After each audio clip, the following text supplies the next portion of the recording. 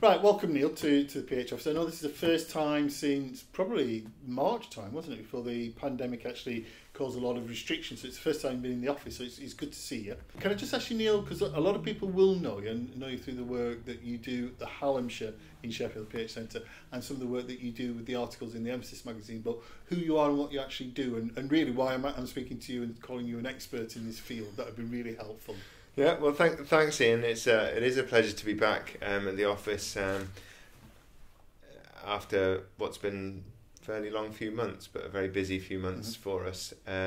So, my name's Neil Hamilton. I'm the consultant pharmacist working in the Pulmonary Hypertension unit at the Royal Hallamshire in Sheffield. Obviously, I have the honour of being invited to write for your readership on a regular basis in the Emphasis magazine. So, many people might be familiar with hearing just medication updates and anything to do with medicines, therapy, those kind of things through the magazine. So it's a pleasure to be, as I say, back today and covering some of the topics that have come up. And my recent article in the Emphasis magazine was around preparing for winter and around accessing prescriptions and best use of pharmacy. So that's really why I'm here today, and hopefully can answer some of your questions. Yeah, going on that theme then, Neil. We're now in September, coming mid towards the end of September. Can we talk about the flu jab, the seasonal flu jab? Because obviously this year it's got a much greater importance. A lot of information on the media and the papers, etc., about the flu jab. Firstly, just to confirm, people with pulmonary hypertension really should have the flu jab? Yes, definitely. And people with any serious lung or cardiac problems would certainly be very much indicated for having the flu jab. So particularly patients with pulmonary hypertension.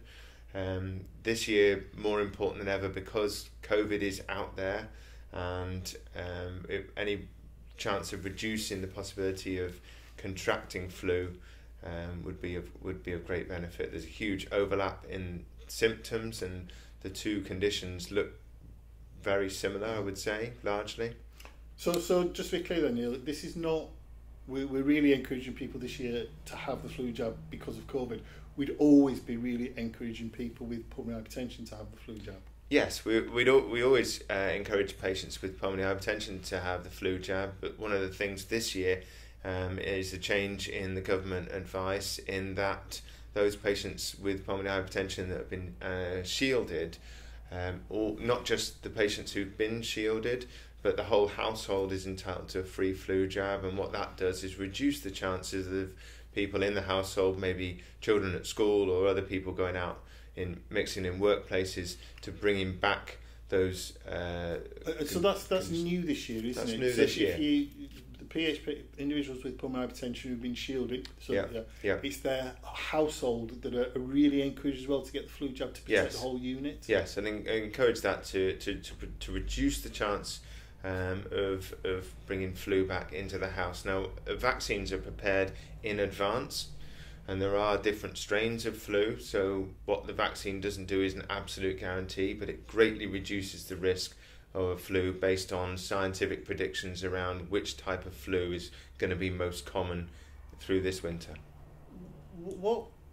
What's the best way then for people to get their flu jab? I mean, most people will probably get a call from the GP practice, but do you wait for that to happen? What would you be advising people at this stage as we're going to September, October time? Wait for a call or make some inquiries? I think I'd make some inquiries, be proactive.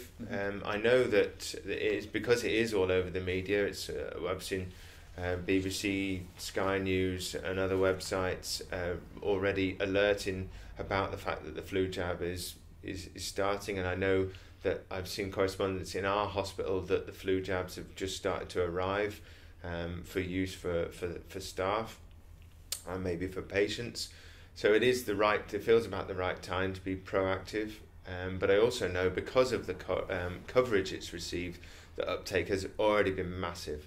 But don't be disheartened. I would be proactive, but don't be disheartened if there isn't a slot available as soon as you think you might like, but just be patient. There will be plenty of doses available. It's just that there's been so much uptake, it's just access to those doses at the moment that's proven tricky.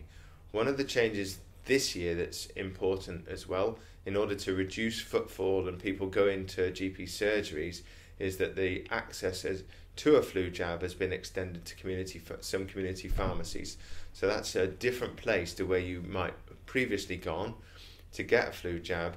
Is going to be available. Community pharmacist, that's like your that's local Lloyd's, chemist. Local chemist, yeah. So Boots, Lloyd's, Superdrug, some of these other big chains, as well as some independents, will be offering the flu jab. So I would always encourage to build up a good relationship with the local pharmacy where you collect your medication.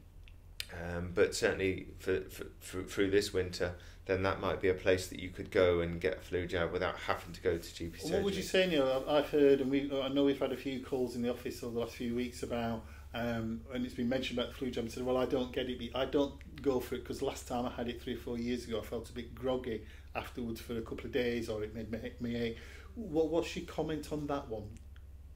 My comment is that if it made you feel groggy for a day or two, that would be a bit unusual. Most people might feel unwell on the day or maybe for 24 hours, but that can often be managed with some paracetamol. It's often aches, pains, and just because the vaccine is essentially given a very mild dose of the condition, and then that causes the body to mount an immune response so that you'd be able to fight it more effectively if you came across it. So that's how the vaccine works. So it is given a mild, very, very small mild dose of flu. So it's not unheard of that people might get flu-like symptoms after a jab. It shouldn't last too long, and certainly it would be preferable than actually getting the flu itself. So that may well be pain that is that you might have to go through. The other, as I said, is that the strain of flu, it changes from year to year, and so the vaccine is slightly different year on year. So just because you had a problem several years ago or even last year doesn't necessarily mean you'd run into the same sort of problems this time. And from a pulmonary hypertension point of view, people on the medicines and the drugs that we use in pulmonary hypertension, there's no concerns with a mix with, I'm on this tablet, should I be having it? Is there no concerns? No, I wouldn't have any concerns with any of the common medications that we prescribe for pulmonary hypertension. Shouldn't interfere or have any problem with the flu vaccine. Okay.